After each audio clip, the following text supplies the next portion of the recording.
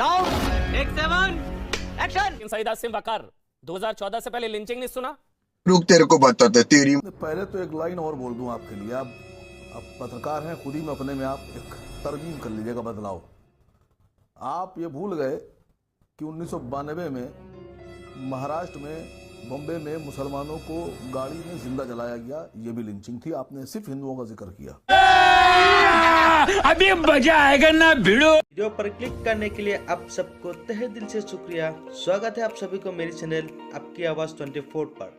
AIMIM के प्रवक्ता आसिम वक्कर ने गोदी मीडिया के सबसे जाहिल और घटिया प्रवक्ता अमन चोपड़ा को लाइव शो में ही दे दिया धमकी। दरअसल राहुल गांधी की एक ट्वीट को लेकर हुई थी ये डिबेट। राहुल गांधी ट्वीट में लिखा था कि 2014 के बाद लिंचिंग जैसा शब्द सुनने को मिल रहा है, लेकिन अमन चोपड़ा गोदी मीडिया की एंकर बोल रहे हैं कि 1984 में जो सिख दंगा हुआ वो भी एक लिंचिंग था। उसके ऊपर हुई डिबेट में आसिम वक्कर ने अमन चोपड़ा को पूरा इतिहास पढ़ा दिया। देखिए आप इस वीडियो में। अगर आप भी गोदी मीडिया की विरोध करते हो तो चैनल को सब्सक्राइब जरूर कीजिएगा।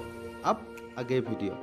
आपने ये भी नहीं बताया कि गोधरा में जब भी आप जिक्र कर रहे थे तो आपने नहीं बताया कि नरोड़ा पाटिया में एक मस्जिद के पीछे एक गड्ढे में बाबू बजरंगी और उसके साथियों ने 80 के करीब औरतों बच्चों को एक गड्ढे में डाल के उन पे डीजल डाल के आग लगा दी। You are right bro. आप पत्रकार हैं, आपको सच्चाई बयान करना चाहिए, धर्म नहीं देखना चाहिए। अच्छा, मैं बोल सकता हूँ बीच? ये आपको मैंने बताया। अगर मैं आपकी जगह पत्रकारिता कर रहा होता तो सब बताता हूँ। धोखा देने की कोशिश मत कीजिए।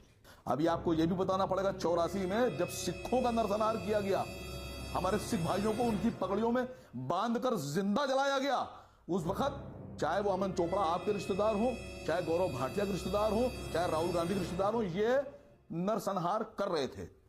और सरदारों को बचा कौन रहा था? अच्छा, मुसलमान बचा रहे थे। अब एक काम करते हैं। मुसलमानों ने अपनी जानों पर खेलकर उनकी हिफाजत की है। जी। आपको ये बताना भूल गए आप? जी, मैं क्या बताना भूल गया? मैं बताता हूं आपको। अब मैं बताता हूं आपको। अब एक काम करिए, एक काम करिए। और अगर आपको ये शिकायत थी, आपको ये शिकायत थी सईद आसिम वकार, एक मिनट अब आप रुक जाइए। फिर मुसलमान निकलेगा और फिर सईद आसिम वकार, आपको ये शिकायत थी कि मैंने 48 में चित पावन ब्राह्मणों की लिंचिंग की बात करी।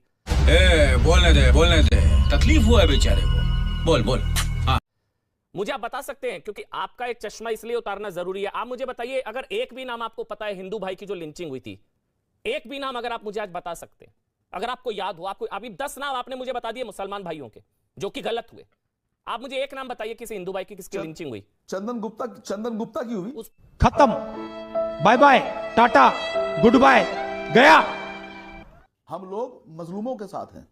आपको बताना होगा कि एक उड़ीसा में फादर थे, स्टैनली नाम था शायद। अच्छा, जब पता नहीं, मेरे को ये सारी बातें टीवी पर कहना अच्छा लगता है, आदमी ने, लेकिन 15 मिनट में इतने अमन पसंद है। 15 मिनट पुलिस हटा लो, क्या हाल होगा हिंदुओं का, ये भी बयान था। साले का खोपड़ी तोड़ साले का।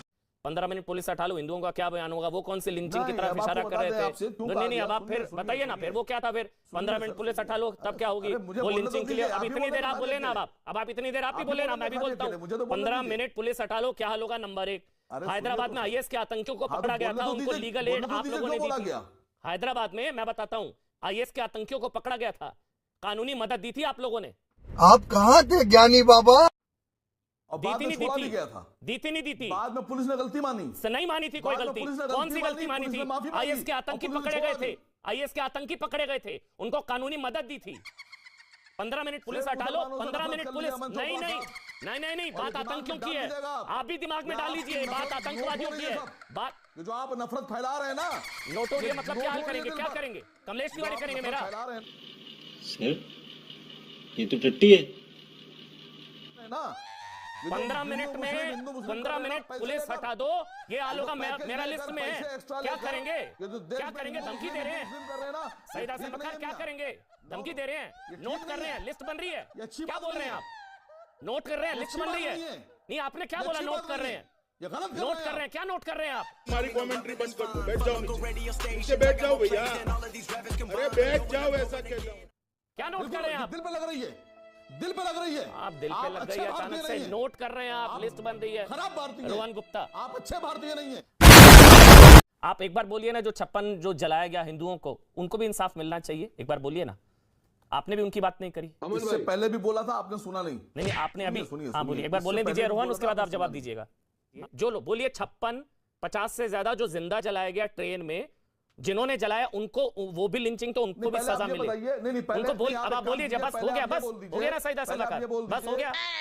ये डबल स्टैंडर्ड है। अभी आप मेरे को ज्ञान दे रहे थे, अब आप, मैं क्यों बोलूं? आप बोलिए ना, जो मुसलमानों अब आप बोलिए ना, साजिश की गई, हाँ, उसमें जो लोग शामिल थे, हाँ, सजा हो, मैं बोलता हूँ ना, एक बार बोल के दिखा दीजिए आप, ये है सच आप लोगों का। मना कर रहा हूँ, बोलिए ना मुंह से, एक बार बोल दीजिए। मैं कब मना कर रहा हूँ जेल ना भेजिए? बिल्कुल बोलिए, आप बोल के दिखाइए।